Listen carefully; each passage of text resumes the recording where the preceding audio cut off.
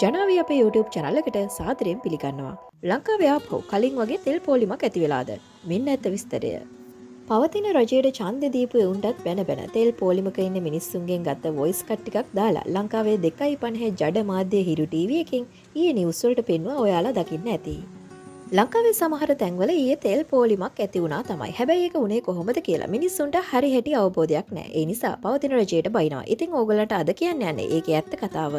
ලංකා කනිජ තෙල් නීතිගත සංස්ථාව සහ ඉන්ධන බෙදුම්කරුවන් අතර මෙතෙක් පැවති බෙදුම්කාරීත්ව කිවිසුමට අනුව ඉන්ධන හලකින් අලෙවි කරන සෑම ඉන්ධන ලීටර් එකකටම 3% වට්ටමක් ඉන්ධන හල් හිමියන්ට හම්බුණා.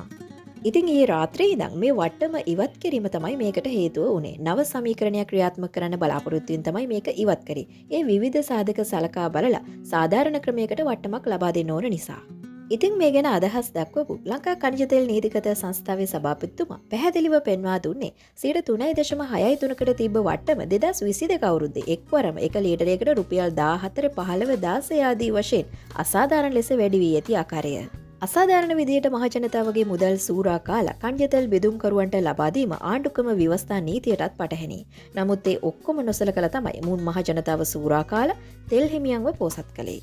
ඉතින් දැන් වෙලා තියෙන ඉන්ධන හල් හිමියන්ට මේ වාසිය අහිමි වෙච්ච හින්දා කනිජ තෙල් බෙදුම්කරුවන්ගේ සංගමය ඊයේ ඉඳලා අලුතෙන් තෙල් ඇනෝම් නොකර ඉන්න තීරණය කළා කියලා ආරංචි වුණා. මේ හේතුව හින්දා ලංකාවේ සමහර තැන්වල තෙල් පෝලිමක් ඇති වුණා. ඉතින් තෙල් පෝලිම ඇති වුණේ කොහොමද කියලා අගක් මුලක් දන්නේ නැති මිනිස්සු පවතින රජයට බැනලා හිරු එකට වොයිස් කට් දුන්නා.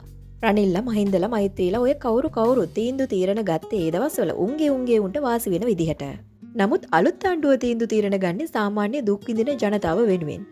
ඉතින් තව දෙයක් ආණ්ඩුව අලුත් වුණාට ලංකාවේ ගොඩක් ෂෙඩ් අයිතිකාරයෝ තාම පරණ දූෂිත මැති ඇමතිලා කියලා ඔයාලා දන්නවා. ඉතින් ඒ හින්දා රනිල්ලා මහින්දලා උන්ට අවාසියක් නොවෙන්න රටේ නීති පවා කඩ කරමින් ඉන්ධනල් හිමියන්ට වට්ටම් ලබා දීලා ලස්සන්ට වැඩේ කරගෙන ගියා. ඒ දවස්වල තෙල් ලීටරේ රුපියල් 300ට වඩා වැඩි වෙද්දි උන් කරේ ඒකට හරියන්න වට්ටම දුන්නා. මේ ආණ්ඩුවෙන් වට්ටම නවත්තපු ගමන් උන් කලේ තෙල් ගේන්නේ නැතුව ඉඳලා රටේ තෙල් ප්‍රශ්නයක් තියෙනවා ඉස්සර වගේ තෙල් පෝලිං ඇති වෙන්න යන්නේ කියලා මිනිස්සුන් එවිස්සුවා.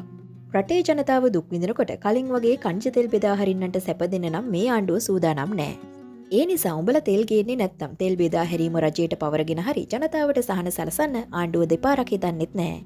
මේ ගැන ඔයාගේ අදහසත් යටින් කමෙන්ට් එකක් දාන්න අමතක කරන්න එපා. ඒ වගේම අපේ YouTube channel එක subscribe කරලා තියාගන්න.